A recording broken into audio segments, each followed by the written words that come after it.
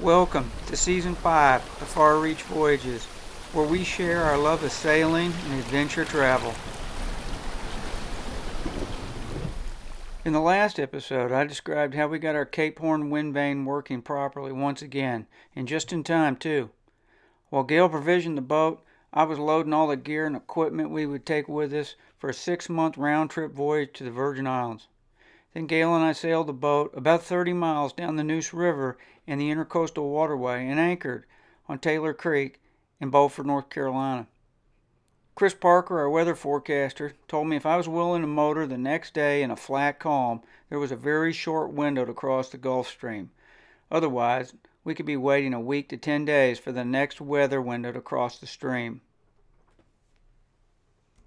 I rowed Gail ashore early on 3 December and then rowed back to the boat and hauled up the Sweet Pea and strapped her down in her chocks. I weighed anchor and motored out of Taylor Creek into the turning basin. I hoisted sails in a gentle 8 to 10 knot northwest wind, shut off the engine, and about 0840 sailed out of the inlet into the Atlantic Ocean on the ebb tide. There was a major front coming through in 36 hours, and Parker wanted me to get south before worrying about getting east across the Gulf Stream, so that became the strategy. The wind died completely about 1000, and for the first time, I switched on the engine and motored the Far Reach offshore to gain separation from the land. I hated having the engine on, but I had to admit it was useful. I have no electric autopilot, so I rigged up some lines to hold the tiller, but I couldn't leave it unattended for very long. By 1500, the engine was off and I was sailing again. I was visited by a lovely red-winged blackbird. He was quite inquisitive and stayed on the boat for about an hour, even taking a stroll into the cabin. He soon flew off, headed back to land. The wind veered to the east, and soon we were close-hauled as we entered the warm Gulf Stream that evening. The air temperature increased nearly 15 degrees. I've crossed the Gulf Stream 6 times, and I always find its incredible power thrilling. We were sailing almost directly into the current on the west wall in an effort to get south, making barely 3 knots. The wind went to the southwest, and finally I tacked to port, heading southeast and perpendicular to the 3-knot current. Suddenly we were making 6 knots with the current now on our starboard beam. The sky was gorgeous that night. All the stars were out. I was eating and feeling great. It was wonderful to be back at sea. We were clear of the Gulf Stream after sunrise. The front arrived later on the second day. Soon we were close reaching in 20 to 25 knots with squalls to 35 knots and seas to about 8 feet. There was a lot of motion. I hadn't been to sea in 2 years. I was sore and fatigued. I hadn't got much sleep. Every little micro muscle in your body is working non-stop when you're sailing offshore. You need a week just to get yourself acclimated to life under sail.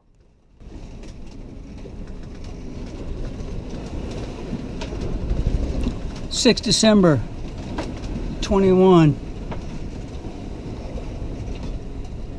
It's about 0900. We're about 300 miles off the coast of the Carolinas, working our way east.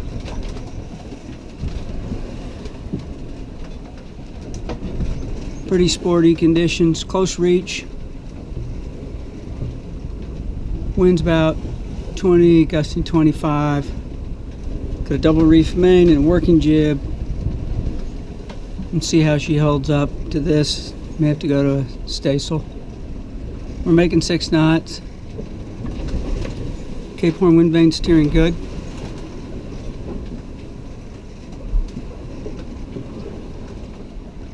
This is day 4 of our single-handed passage to U.S. Virgin Islands from Beaufort, North Carolina. This will be our 3rd trip.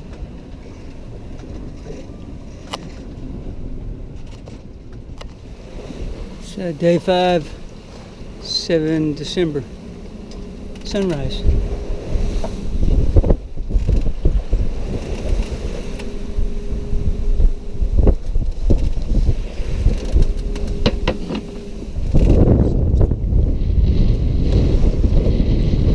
Probably a lot of wind on the microphone, sorry about that.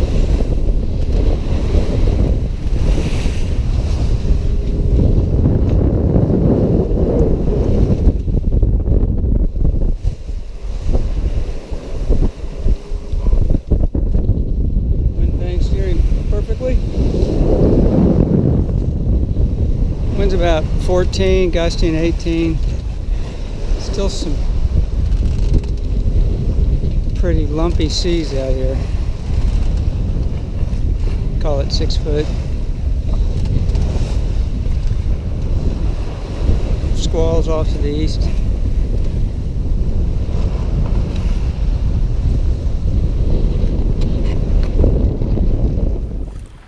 December, about 16:20 local time.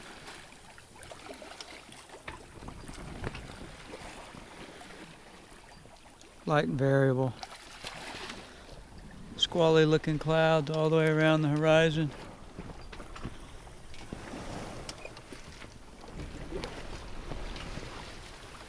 This makes it tricky because as it gets dark with no moon, you can't see any of these squalls coming. So I tend to reduce sail a pretty fair amount at night till we're out of any squall threat.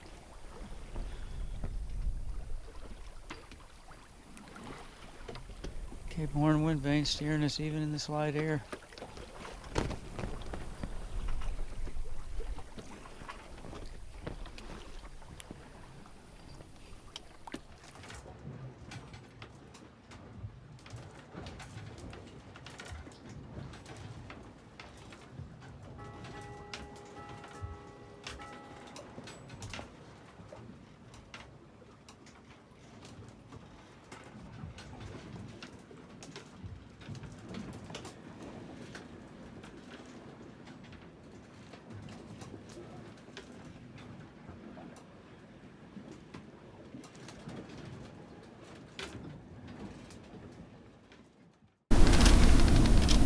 This is the 8th of December.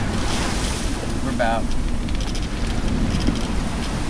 250 miles southeast of Bermuda. Steering about 120. Winds are about 25 knots. We're close reaching. Very uncomfortable.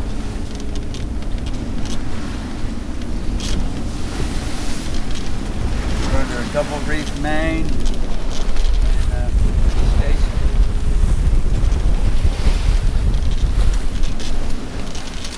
We have a cold front coming off the U.S. southeast coast that we're trying to get southeast of. It's supposed to be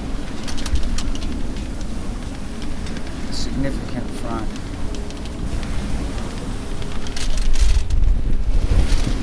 It'll be a gorgeous sleigh ride downwind. Just a staysail up. Probably making 6.5 knots, 7 knots.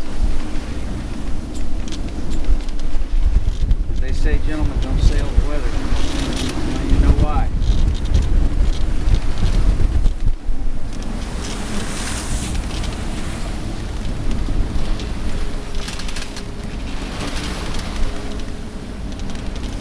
Bye for now. 8th December, 12:10.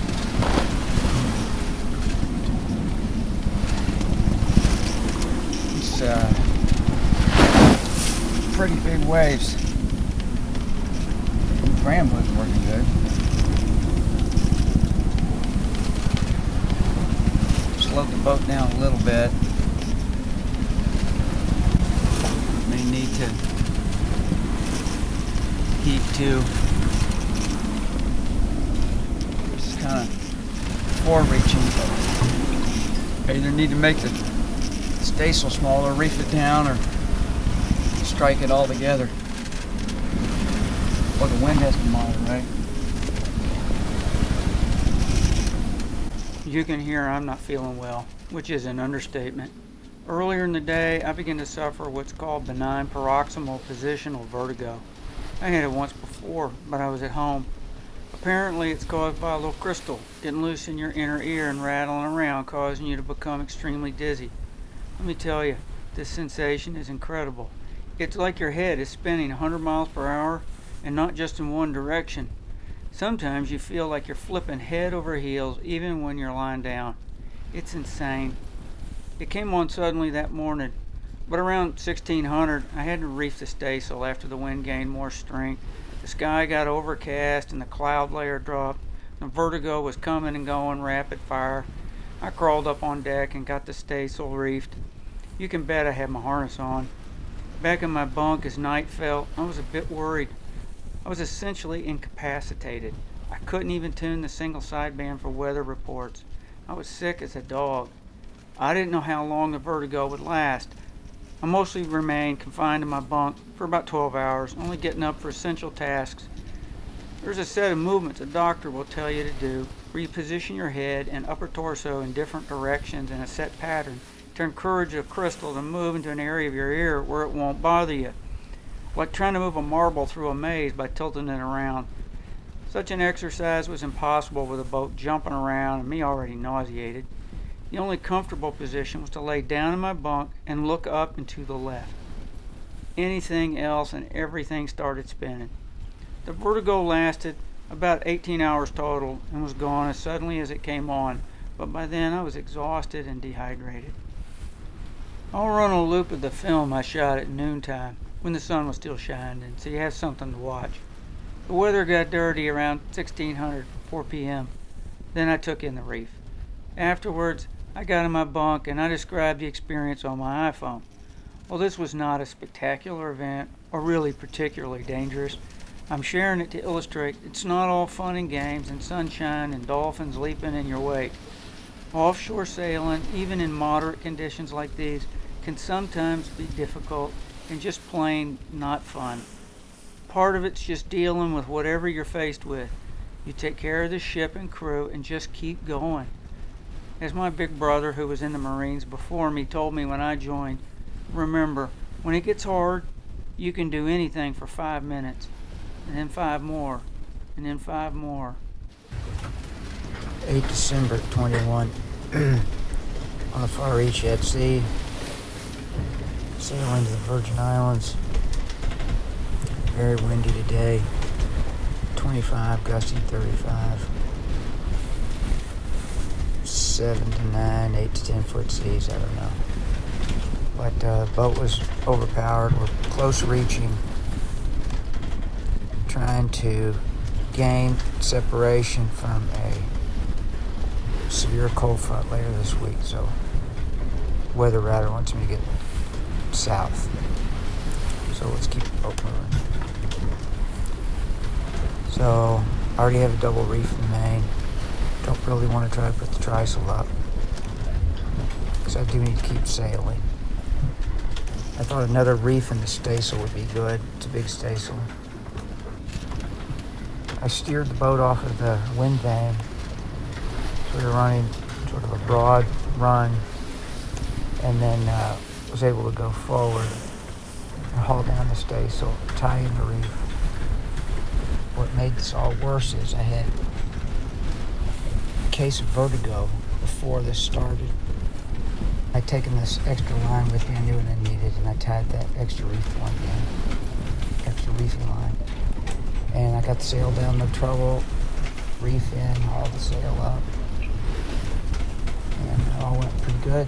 Went back to the cockpit, threw up for, I didn't have anything in my stomach to throw up because I threw up earlier.